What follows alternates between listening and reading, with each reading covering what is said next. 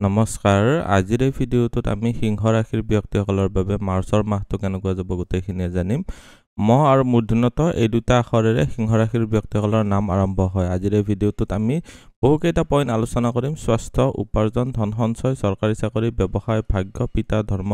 বা গুৰুজনৰ ক্ষেত্ৰত কিমানখিনি সাপোৰ্ট লাভ কৰিব পাৰিব বা প্ৰেম প্ৰসংগ বা বৈবাহিক জীৱনত কেনেকুৱা হ'ব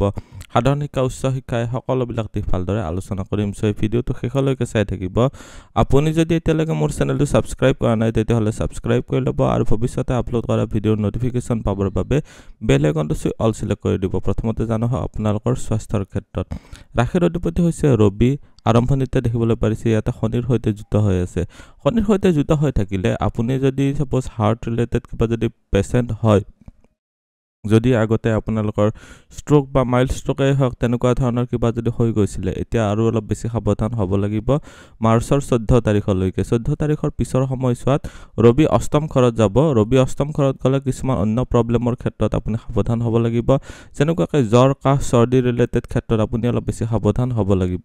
আগৰ সময়ছোৱাত যিসকলৰ কোলেষ্ট্ৰল হাই আছে তেওঁলোকে অলপ বেছি সাৱধান হ'ব লাগিব নহলে সৰু সুৰা হাৰ্ট এটাক বা আপোনালোকৰ বুকুৰ বিষ পৰ্যন্ত হ'ব পাৰে ৰোগৰ স্থানত বৃহস্পতিৰ দৃষ্টি আছে ৰোগৰ স্থানত মংগল গ্ৰহটোৰ দৃষ্টি আছে আৰু ৰোগৰ স্থানত কেতুৰ দৃষ্টিও আছে মংগল আৰু কেতু এই দুটা গ্ৰহৰ দৃষ্টি থকাৰ কাৰণে আপোনালোকৰ হজম শক্তিটো অলপ দুৰ্বল হ'ব পাৰে খাদ্য খানা অলপ ভাল খানা খাব এইখিনি সময়ছোৱাত সহজে হজম হোৱা বস্তুবিলাক খাব তেতিয়া আপোনালোকে বেছি প্ৰব্লেম পাবলগীয়া নহয় কেতুৰ দৃষ্টি থকাৰ কাৰণে পেটৰ কমপ্লেইন স্কিনজনিত প্ৰব্লেম এইবিলাক প্ৰব্লেম আহিব পাৰে আপোনালোকে ধীৰস্থিৰভাৱে আপোনালোকে স্বাস্থ্যৰ ক্ষেত্ৰত যি মানে প্ৰব্লেম পায় অলপ ধীৰস্থিৰভাৱে ভাবি পেলাই আপোনালোকে তাৰ সমাধান কি হ'ব পাৰে ডক্টৰৰ পৰা পৰামৰ্শ লৈ হওক বা আপোনাৰ পুৰণা মানে ধৰি লওক আপুনি যেতিয়া আগতেও তেনেকুৱা কিবা হৈছিলে কি কৰোতে ভাল হৈছিলে এইখিনি অলপ ধ্যান ৰাখি কিনে আপোনালোকে কৰিব পাৰিলে আপোনাৰ ঠিক হৈ যাব মেজৰ প্ৰব্লেম নাই যদিও আপোনালোক সাৱধান হ'ব লাগিব উপাৰ্জন বা ধন সঞ্চয়ৰ ক্ষেত্ৰত চালে উপাৰ্জনৰ ঘৰত মংগল গ্ৰহটোৰ স্থিতি আছে মংগল গ্ৰহটো আপোনালোকৰ কাৰণে এটা অতিশয় যোগকাৰক গ্ৰহ হয় আপোনালোকৰ ভাগ্যস্থানৰ মালিকো হয় আৰু আপোনালোকৰ চতুৰ্থ ঘৰ যিটো প্ৰপাৰ্টিৰ ঘৰৰ মালিক হৈ কিনে ইচ্ছাপূৰ্তিৰ ঘৰত আছে এইখিনি সময়ছোৱাত মংগল গ্ৰহটোৰ ফালৰ পৰা যথেষ্টখিনি ভাল ফল লাভ কৰিবলৈ পাৰিব কষ্ট কেৱল বেছি কৰিবলৈ আপোনালোকে ৰেডি থাকিব পাৰিব লাগিব সাপোজ ওভাৰ ডিউটি বুলি ভাবি লওক ওভাৰ ডিউটি কৰিবলগীয়া পৰিব পাৰে কেতু এনেকুৱা এটা গ্ৰহ ধনস্থানত থাকিলে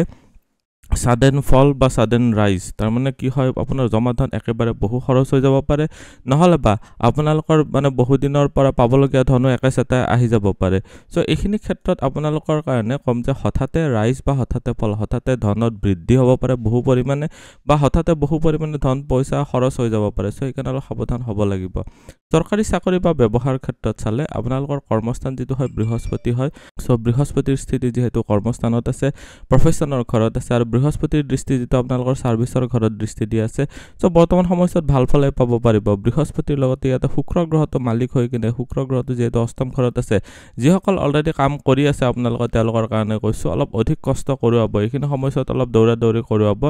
যিবিলাক ফাইনান্সিয়েল সেক্টৰ বা টিচিং লাইন এইবিলাক ক্ষেত্ৰত বা আপোনালোকে যদি কনসালটেন্ট হিচাপে কাম কৰি আছে এইবিলাক ক্ষেত্ৰত আপোনালোকৰ কাৰণে বিশেষ ভাল ফল লাভ কৰিবলৈ পাৰিব শনি গ্ৰহটোৰ দৃষ্টিও ভাগ্যস্থানত আছে ব্যৱহাৰ ঘৰত শনি গ্ৰহটো স্বগৃহী হয় ইয়াতে পঞ্চম মহাপুৰুষ যোগ বনাই আছে সো আপোনালোকে লোহা লক্কৰ বা আপোনালোকে সিমেন্ট শিল বালি ইটা সিমেন্টৰ যদি ব্যৱসায় কৰি আছে বা অইলৰ ব্যৱসায় কৰি আছে অইল মানে সাপোজ পেট্ৰল পাম্প আছে বা তেনেকুৱা ধৰণৰ যদি কিবা ব্যৱসায় কৰি আছে মানে কলাবৰণৰ বস্তুৰ ব্যৱসায় তেল জোতা চেন্ডেল ফাৰ্নিচাৰৰ ব্যৱসায় অচল সম্পত্তিৰ ব্যৱসায় প্ৰপাৰ্টি ৰিলেটেড যদি ডিলিং কৰি আছে তেতিয়া হলে আপোনালোকৰ কাৰণে এইটো এটা অতিশয় ভাল মানে ফল লাভ কৰিবলৈ পাৰিব মংগল গ্ৰহটো ভূমিকাৰক হয় সো বৰ্তমান সময়ছোৱাত মংগল গ্ৰহটো ইচ্ছাপূৰ্তিৰ ঘৰত আৰু শনি গ্ৰহটো ব্যৱহাৰ ঘৰত থকাৰ কাৰণে ৰিয়েল এষ্টেটৰ ব্যৱহাৰৰ কাৰণে যথেষ্ট ভাল দেখা গৈছে চাকৰি বাকৰিৰ ক্ষেত্ৰত শিক্ষকতা পুৰোহিত ন্যায়ালয় ৰিলেটেড কাম টকা পইচাৰ যত লেনদেন হয় মেনেজাৰ এসিস্ট্যান্ট হুতৰ ব্যৱসায় ফলতৰকাৰী ব্যৱসায় পণ্ডিত ৰাজনীতিক মনোবিজ্ঞানী মানৱ উন্নয়ন এইবিলাক ক্ষেত্ৰত ভাল ফল লাভ কৰিবলৈ পাৰিব ভাগ্য পিতা ধৰ্ম বা গুৰুজনৰ ক্ষেত্ৰত চালে ভাগ্যস্থানৰ মালিক হৈছে মংগল গ্ৰহটো আপোনালোকৰ ইচ্ছাপূৰ্তিৰ ঘৰত গৈছে ভাগ্যৰ ফুল সাপোৰ্ট পাব এইখিনি সময়ছোৱাত অলপ কষ্ট কৰিবলৈ আপোনালোকে ৰেডি থাকক বাকি কোনো ধৰণৰ প্ৰব্লেম নাই এইখিনি সময়ছোৱাত পিতাৰ ফালৰ পৰা সাপোৰ্ট লাভ কৰিব পাৰিব কৰ্মস্থানত আপোনালোকৰ কেতুৰ দৃষ্টি আছে সো কৰ্মস্থানত আপোনালোকৰ এনেকুৱা ফিল হ'ব পাৰে যে এইটো চাকৰি আৰু ভাল নলগা হৈছে বাইদে দিও নেকি সো অলপ ভাবি চিন্তি আপোনালোকে ডিসিশন ল'ব বৰ্তমান সময়ছোৱাত আপোনালোকৰ ভাগ্যৰ ফালৰ পৰা সাপোৰ্ট পাব পিতাৰ ফালৰ পৰা মৰম পাব এইখিনি সময়ছোৱাত গুৰুজনৰ ফালৰ পৰা ভাল উপদেশ ল'ব পাৰিব পাৰিব ভাগ্যৰ সাপোৰ্ট পাব ধাৰ্মিক কৰ্মী ক্ষেত্ৰতো বেয়া নহয় বৰ্তমান সময়ত ৰাহু অষ্টম ঘৰত থকাৰ কাৰণে নিজৰ ধৰি লওক পাৰ্সোনাল ইমপ্ৰুভমেন্ট বা আপোনালোকে যদি মেডিটেশন কৰি আছে তেতিয়া হলে বৰ এটা ভাল নহয়